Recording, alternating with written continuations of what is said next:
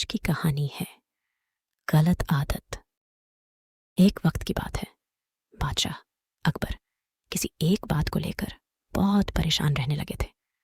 जब दरबारियों ने उनसे पूछा तो बादशाह बोले, हमारे शहजादे को अंगूठा चूसने की बुरी आदत पड़ गई है।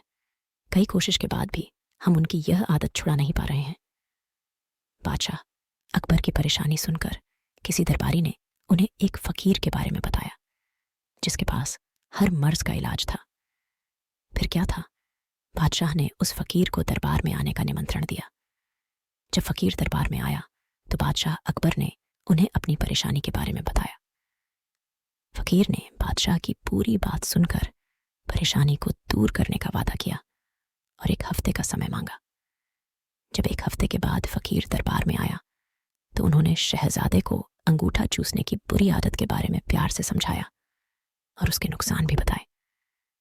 फकीर की बातों का शहजादे पर बहुत प्रभाव पड़ा और उसने अंगूठा न चूसने का वादा भी किया। सभी दरबारियों ने यह देखा तो बादशाह से कहा, जब यह काम इतना आसान था तो फकीर ने इतना समय क्यों लिया? आखिर उसने क्यों दरबार का और आपका समय खराब किया? बादशाह दरबारियों की बातों में आ गए और उन्होंने फकीर को दंड देने की ठान ली। सभी दरबारी बादशाह का समर्थन कर रहे थे, लेकिन बीरबल चुपचाप था। बीरबल को चुपचाप देख अकबर ने पूछा, तुम क्यों शांत हो बीरबल? बीरबल ने कहा, जहां अपना गुस्ताखी माफ हो, लेकिन फकीर को सजा देने के स्थान पर उन्हें सम्मानित करना चाहिए और हमें उनसे सीखना चाहिए। तब बादशाह ने गुस्से में कहा, तुम हमारे फैसले के खिलाफ जा रहे हो। आखिर तुमने ऐसा सोच भी कैसे लिया? जवाब दो।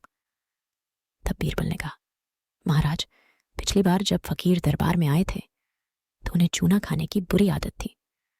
आपकी बातों को सुनकर उन्हें अपनी गलती का एहसास हुआ। उन्होंने पहले अपनी इस गंदी आदत को छोड़ने का फैसला लिया, फिर शहजादे की गंदी आदत छुड़ाई। बीरबल की बात सुनकर दरबारियों और बादशाह अकबर को अपनी गलती का एहसास हुआ और सभी ने फकीर से क्षमा मांगकर उसे सम्मानित किया। कहानी से सीख, हमें दूसरों को सुधारने के पहले खुद सुधरना चाहिए। इसके बाद ही दूसरों को ज्ञान देना चाहिए।